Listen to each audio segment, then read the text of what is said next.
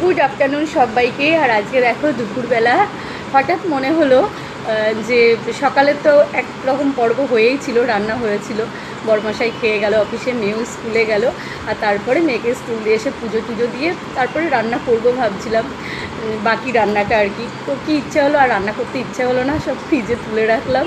আর মা আর ছেলে, এই যে ওর তো মর্নিং স্কুল, ও বাড়ি চলে এসছে একটাই। তো বাবানকে বললাম, বাবান চল তাহলে আমি আর তুই বেরিয়ে একটু বিরিয়ানি খেয়ে আসি।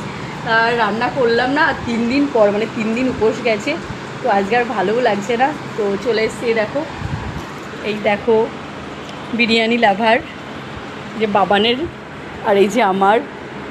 তো গরম গরম বিরিয়ানি দিয়ে দিচ্ছে। বাবানের এটা পুরো সারপ্রাইজ আজকে, তাই তো? হ্যাঁ। বাবানও জানতো না, আমার কাছে অবশ্য সারপ্রাইজ, আমিও জানতাম না। তো চলো তাড়াতাড়ি লাঞ্চ করে নিই। তোমরা কারা বিরিয়ানি পছন্দ করো জানিও। চলো খাই। যদিও এর আগে আমরা খেয়েছি, দারুণ করেছে বিরিয়ানিটা, অসাধারণ করে। এটা হচ্ছে, তোমরা যদি কেউ আসো বলে দিই, রামতলায় ঠিক সঞ্জীব রেস্টুরেন্ট, এদের ওপরে দেখো বসার জায়গা আছে, সাজানো গোছানো, এসিও আছে।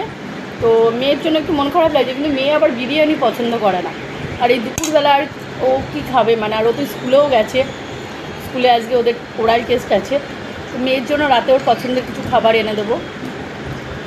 আর বড়মশাই বিরিয়ানি ভালোবাসে, ওর জন্য রাতে বিরিয়ানি এনে দেবো। ও তো অফিস গেছে। তো এটা হঠাৎ একটা মানে প্ল্যান, মার ছেলে, ওই আর কি, রান্না করতে ভালো লাগছিলো না আজকে দুপুরে, তাই চলে এলাম। তো এই দেখো, আগে দুপুরটা একা থাকতাম, এখন বাবানে যেহেতু মর্নিং হয়ে গেছে, ওই জন্য মা ছেলে দুপুরটা বেশ ভালোই সময় কাটে। কোনো দিন পেয়ারা মাখা, আজকে মনে হলো বিরিয়ানি। তো চলো খেয়ে নি, টাটা।